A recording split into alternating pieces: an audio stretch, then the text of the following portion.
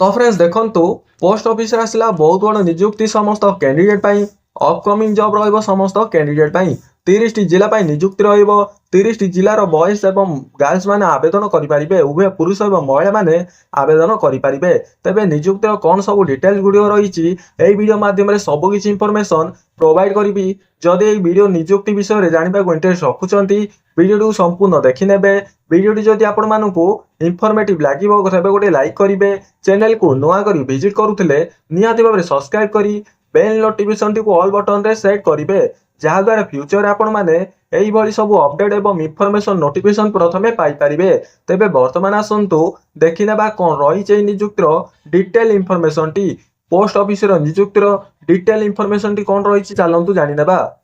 तबे एथरे प्रथमे देखिबा गले ऑर्गेनाइजेशन नेम टी देखंतु डिपार्टमेंट ऑफ पोस्ट माने डीओपी गवर्नमेंट ऑफ इंडिया रहिबो समस्त candidate pi type of job T permanent रहिबो समस्त कैंडिडेट पाई कैटेगरी टी देखंतु इंडियन गवर्नमेंट जॉब टी रहिबो नेम ऑफ द पोस्ट देखंतु पोस्टमैन रहिबो मेल गार्ड रहिबो मल्टीटास्किंग स्टाफ रहिबो पोस्टल असिस्टेंट पोस्ट रहिबो समस्त कैंडिडेट पाई टोटल पोस्ट देखंतु 2250 टी पोस्ट रहिबो समस्त कैंडिडेट पाई एप्लीकेशन मोड टी देखंतु समस्त कैंडिडेट पिला माने ऑनलाइन माध्यम रे आवेदन करि परिबे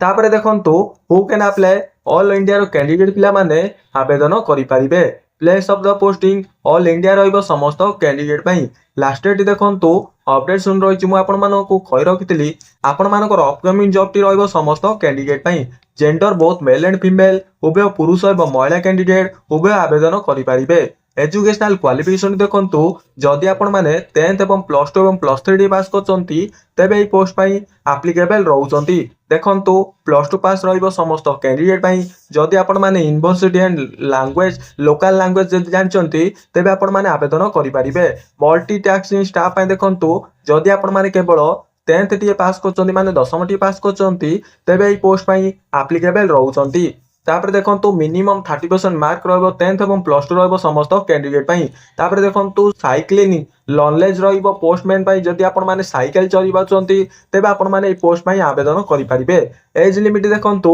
मिनिमम एसटी 18 वर्ष रहबो मैक्सिमम एसटी 40 वर्ष रहबो समस्त कैंडिडेट पाई एज रिलैक्सेशन टी देखंतु एज पर गवर्नमेंट रूल अनुसार समस्त कैंडिडेट पाई ओबी स्टूडेंट पाई देखंतु 3 वर्ष रहउची एसटी एससी पीडब्ल्यूडी कैंडिडेट पाई देखंतु 5 वर्ष रहइबो एक्स सर्विसमैन कैंडिडेट पाई देखंतु 5 वर्ष रहइबो PWD plus SC ST category candidate पाई 15 वर्ष एज रिलैक्सेशन टी रहइबो तापर देखंतु सैलरी टी देखिबा बोले समस्त कैंडिडेट पाई पोस्टमैन एवं देखंतु मेल गार्ड पाई पोस्टमैन मेन गार्ड पाई 21700 रु 69100 पर्यंत सैलरी रहइबो समस्त कैंडिडेट पाई एमटीएस मल्टीटास्किंग स्टाफ पाई 18000 रु 56900 पर्यंत पर मंथ सैलरी रहबो समस्त कैंडिडेट पाई सिलेक्शन प्रोसेस देखंतु रिटन एग्जामिनेशन रहइबो डॉक्यूमेंट वेरिफिकेशन रहइबो दुईटी स्टेप देई आपण माने समस्त सिलेक्शन पाई परिबे ताबे देखंतु एग्जाम पैटर्न कोन रहइबो समस्त कैंडिडेट पाई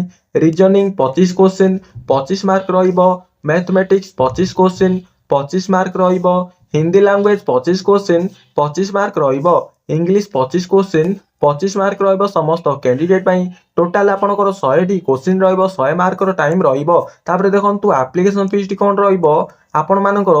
जनरल कैटेगरी कैंडिडेट पिला माने ईडब्ल्यूएस ओबीसी कैंडिडेट पिला माने 100 रुपीस देई आपण माने आवेदन करि परिबे एवं अन्य समस्त कैटेगरी कैंडिडेट पिला माने PhD SC ST female candidate ESM candidate तबे आपण माने फ्री रे आवेदन करि परिबे केवल जनरल ईडब्ल्यूएस ओबीसी रो बॉयज माने ही आपण माने 100 रुपीस देई आवेदन करि परिबे एवं अन्य समस्त कैंडिडेट पिला माने फ्री रे आवेदन करि परिबे इंपोर्टेंट डॉक्यूमेंट देखंतु आपण मानकर क्वालिफिकेशन सर्टिफिकेट मु कहि रखितली 10th एवं +2 एवं +3 सर्टिफिकेट दरकार रहिबो certificate indicating the date of birth माने आपनकर जन्म सर्टिफिकेट दरकार रहिबो two recent colour passport size photo दरकार रहिबो इंटर्नशिप सर्टिफिकेट दरकार रहिबो रजिस्ट्रेशन सर्टिफिकेट दरकार रहिबो कैस्ट सर्टिफिकेट दरकार रहिबो एक्सपीरियंस सर्टिफिकेट दरकार रहबो समस्त कैंडिडेट पई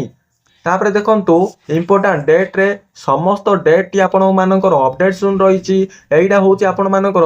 अपकमिंग जॉब टी रहइबो समस्त कैंडिडेट पई बहुत जल्दी आसीबा को जाउछि आपण मानकर जीटीएस पोस्ट ପାଇଁ ଆପଣମାନଙ୍କର ପୋଷ୍ଟାଲ ମାଧ୍ୟମରେ ଆପଣମାନଙ୍କର ପୋଷ୍ଟାଲ ଜବ୍ଟି ବହୁତ ଜଲ୍ଦି ଆସିବାକୁ ଯାଉଛି ସମସ୍ତ କ୍ୟାଣ୍ଡିଡେଟ୍ ପାଇଁ। ଯଦି ଆପଣମାନେ ଜାଣିବାକୁ ଚାହୁଁଛନ୍ତି କେବେ ଆସିବ ତେବେ ଦେଖନ୍ତୁ ସର୍ଟ ନୋଟିଫିକେସନ୍ ପିଡିଏଫ୍ ଲିଙ୍କ୍ ରହିଛି। ତେବେ ଆପଣମାନେ डायरेक्ट सर्ट नोटिफिकेशन पीडीएफ टी डाउनलोड करी आपण माने चेक करि परिबे एवं जानि परिबे केबे आसीबो आपनकर नोटिफिकेशन पीडीएफ टी एवं एप्लीकेशन फॉर्मेट एवं आपण माने किपरि अप्लाई करिवे। जदि आपण माने सर्ट नोटिफिकेशन टी डाउनलोड करिबाकू चाहुचंती तेबे मोर टेलीग्राम को विजिट करंतु जॉइन करंतु सेठारु आपण माने सर्ट नोटिफिकेशन टी डाउनलोड करि परिबे। एही सब डिटेल्स एवं पीडीएफ डाउनलोड करबाकू चाहुचंती तेबे डिस्क्रिप्शन रे टेलीग्राम लिंक अछि जॉइन हुंतु पीडीएफ डाउनलोड करि परिबे। जदि एही वीडियो रे किछि भी डाउट रहिछि मते आपण माने एही वीडियो रो कमेंट बॉक्स रे पचारि परिबे मु आपणकर समस्त डाउट क्लियर करिवि। तेबे फ्रेंड्स वीडियो जदि आपण मानको इंफॉर्मेटिव लागिला तेबे वीडियो को लाइक करी चैनल को सब्सक्राइब करी रखंतु। एही बळी समस्त गवर्नमेंट जॉब रो इंफॉर्मेशन जानि परिबे। रहउछि पुनी नेक्स्ट वीडियो रे देखाबो। जय जगन्नाथ।